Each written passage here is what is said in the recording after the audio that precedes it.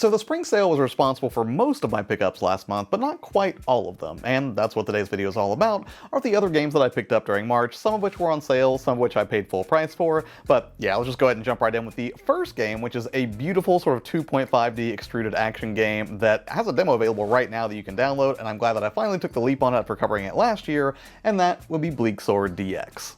And again, I talked about this a little bit last year when I was taking a look at some of the games dropping in June, and I did play the demo last year, but since it was on sale, I figured why not go ahead and go all in on this dark fantasy Souls-like that looks like a fusion of the Atari and the Virtual Boy. On the gameplay front, it's a bit Spartan, but still a thrilling combination of basic elements that make it continually entertaining, and those visuals are just the cherry on top. Although I will say that the presentation serves as more than just nostalgic fan service. Rather, its lo-fi aesthetic also has some practical ways to enhance the gameplay, making for some pretty interesting moments. For example, I almost bit it here in World 1-4 because an enemy was hiding among the trees in the background. And because of how it utilizes depth of field, the wind-up animation for some enemies before they attack can be sort of hazy and hard to discern, so strategically it typically makes sense to draw an enemy to the foreground first and then engage in combat where visibility is more in your favor. Well, assuming that's an option anyways. Also, you can have your visibility and in turn your timing get thrown off by bolts of lightning that can momentarily obscure the on-screen action, making for some pretty tense fights. It's a small touch but a welcome one that adds an extra layer of strategy on top of the typical ARPG tug-of-war between aggression and stamina management. Beyond the combat, I also really appreciate the bite-sized digestible approach to world progression. It's basically just a Mario Bros. 3 style overworld where each stage might only take a few seconds or minutes to complete, and the path forward is extremely clear. And as much as I love fully blown open world 3D Souls-likes, sometimes their labyrinthine layouts can get a little bit tiring when you're just trying to figure out how to progress. But just because Bleak Sword is more approachable overall doesn't mean that the moment-to-moment gameplay doesn't present a stiff challenge. It can be brutal in its execution and really is a Dark Souls in everything but name. Scraping out a narrow victory after praying I had enough stamina for just one more dodge roll was thrilling, and on those occasions where I did fail, it was super quick to get back into the action and let me take another run at it, albeit with the added pressure of trying to retrieve my XP and lost items. Even the main boss of the first world was giving me flashbacks to my first encounter with the Cleric Beast in Bloodborne. Performance on the deck is flawless as well, and there are very few visual options to adjust here. So if you're keen on the idea of some Souls-like action that cuts out a lot of the fluff in favor of a sharp focus on the core mechanics, Bleak Sword is definitely worth looking into. And next up, while we're on the subject of brutal 2D affairs, this next game is purely 2D, not 2.5D, and it presents an obnoxious, literally insultingly difficult challenge at times, and that would be Will You Snail. This one just about takes the cake as the weirdest game on this list, but it sure is fun provided you don't mind being chided for your lack of skill by a malevolent AI that makes GLaDOS look like Clippy by comparison. The basic premise is that you're playing as a snail trying to escape a program, all while a terrifying AI spawns traps to try and kill you. The mechanics are straightforward in an easy to learn, difficult to master sort of way where you can jump, move, or self-destruct in a fit of rage, which, so far as I've seen, is an action that has zero practical application and is only there to really drive home the feeling of hopelessness as you try to traverse over 240 levels of pain, all the while being mercilessly mocked by the AI for your lack of skill.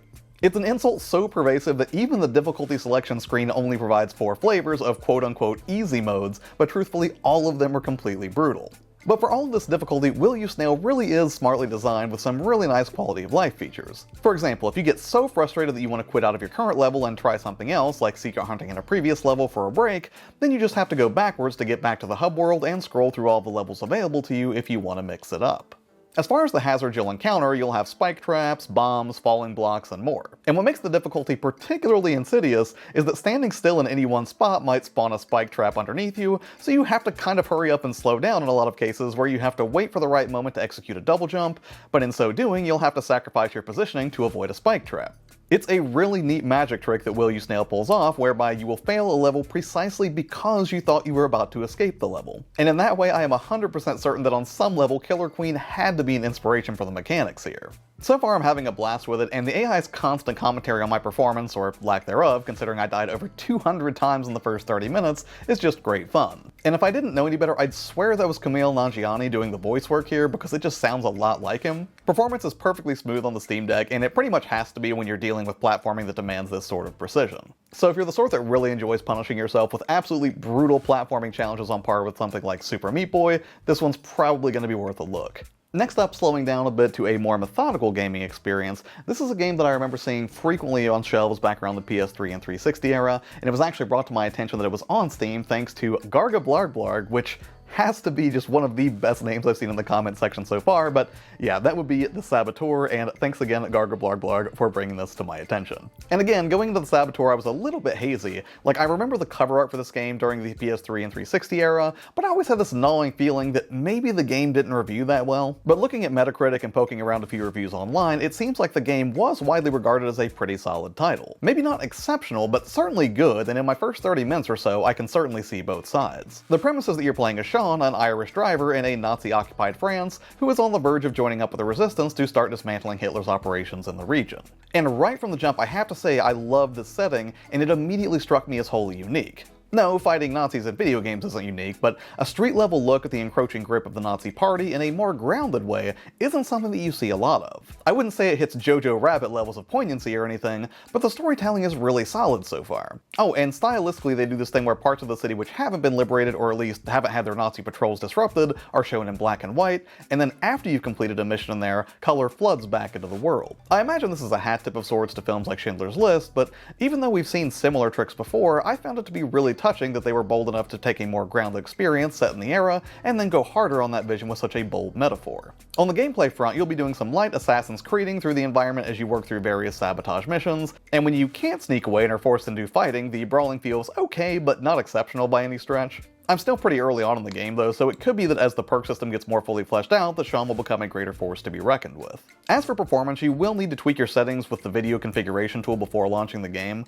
I actually missed this at first and was playing in 4x3 temporarily as a result. You can max everything out and still get a smooth 60 FPS after that though, thanks largely to this being a 15-year-old game at this point, but hey, that's where the Steam Deck shines brightest in my opinion. All in all, if you're a fan of games from that era, and more specifically that bright spot in EA's history where they were taking exciting gambles on new ideas like Mirror's Edge and Dead Space, this is worth a look for sure, especially if you can get it on sale for $5 like I did. Next up, let's slow it down even further with an experience that is decidedly narrative heavy, and I really just bought it on a whim because 1, I like horror, and 2, it looked like a very distinct throwback to the sort of very early PC game that I did as a child, and that would be Mothman 1966. Now, I don't play a ton of visual novel games outside of maybe the occasional foray into something like Doki Doki Literature Club, but this one caught my attention mostly thanks to its striking presentation. If you grew up in some of the earliest days of home computing and fondly remember Intel's earliest x86 processors, then you probably also remember just how sharp and pixelated some of those earliest adventure games were. Personally, I played a lot of Sierra games in the vein of The Colonel's Bequest or King's Quest that were often limited to just 16 colors, and it looks like Mothman 1966 adopts a similar style. Billed as a pixel pulp visual novel, it plays out like a choose-your-own-adventure book of sorts, hopping back and forth between a range of different characters in 1966. So far, I've seen men in black, hints at a supernatural threat looming amidst a meteor shower, and an unexpected standoff with a pack of coyotes. And while the bulk of the experience plays out as text with limited on-screen graphics, every now and then it throws you a curveball with some unexpected motion effects that don't quite teeter into jump scare territory, but it's definitely an absorbing adventure, and I'm sure I'll have a blast with it throughout what I'm guessing is a fairly short runtime. I wouldn't be surprised if this is only a 2 to 4 hour adventure, but after having a ton of fun with the point-and-click horror adventure The Last Door a few weeks back, I can't wait to see how this one's going to play out. Performance on the deck is predictably perfect, no doubt thanks to an extremely conservative visual presentation, and it controls great because all you'll really be doing is selecting responses, doing some light puzzles, and hitting A to continue. And honestly, this simplicity makes it particularly well suited to the deck as a cozy sort of sci-fi horror experience. Although if you're curious whether you'd enjoy it, there is a demo available for this right now, and while I wouldn't say its gameplay is a 1-to-1 match for The Last Doors, the vibe is very similar, and I suspect if you enjoy throwbacks to that era, then you're probably going to enjoy this one as well. And finally, the last entry on this list is the precursor to one of the breakout hits of 2024, and that would be the original Helldivers. But in a rare twist of frustration, I absolutely do not recommend this game, at least not on the Steam Deck, but we'll get to that in a minute. For now, let's talk about some of the good stuff of that experience. Now, to be fair, Helldivers is really interesting and even fun, at least in its tutorial level, and it's cool seeing how many concepts from the original Helldivers translated flawlessly or with slight tweaks to run well in Helldivers 2. Just about everything you love about the Helldivers 2 experience is here, including a variety of weapons, stratagems, and a ton of customization options. It also features tongue-in-cheek, ultra-loyal democratic propaganda in the face of bugs that want to destroy our way of life, and an addictive loop of taking on missions and then feeling like you're contributing at scale to an intergalactic war effort. And all of this is done from a top-down perspective rather than the third-person shooter thousands of us have been enjoying in its admittedly better successor.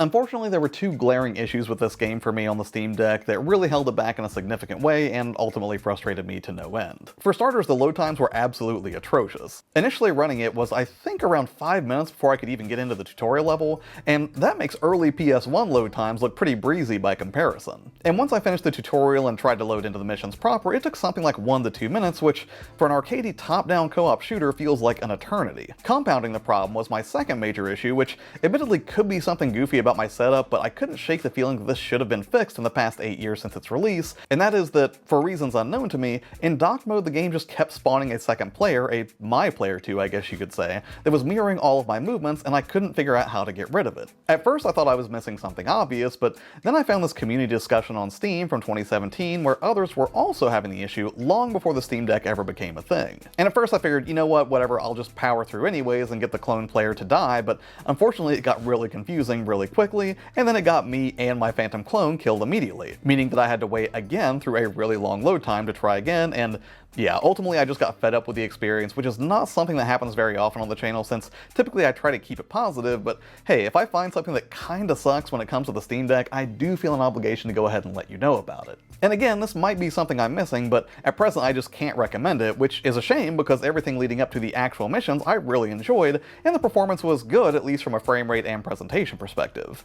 But ultimately, those load times and frustrations troubleshooting docked mode left me pretty sour on the experience. Thankfully, I still have Helldivers 2 to play, and it continues to be amazing, but yeah, if you're trying to sort out whether to play the original Helldivers before you, well, dive into Helldivers 2, I'd say you can skip this one entirely and not miss out on too much. The narrative isn't that deep, and you'll have a way less frustrating time than just hopping into Helldivers 2, even if it's not going to have the most steady frame rate compared to a top-down cartoony experience. Which, again, still pretty baffled at how long it takes to load these environments. Alright, so that's it for this one. Sorry to end on kind of a down note there with Helldivers 1, maybe someday I'll figure out what was wrong with it, but yeah, for right now I just can't really recommend it. But hey, we've still got Helldivers 2, which is completely amazing, and I do highly recommend that game. But hey, what about you? Did you grab anything particularly great in the month of March? If so, please do let me know in the comments. As always, thanks for hanging out here on the channel. It means a ton to me having your support here. Take care, and I will see you on the next one.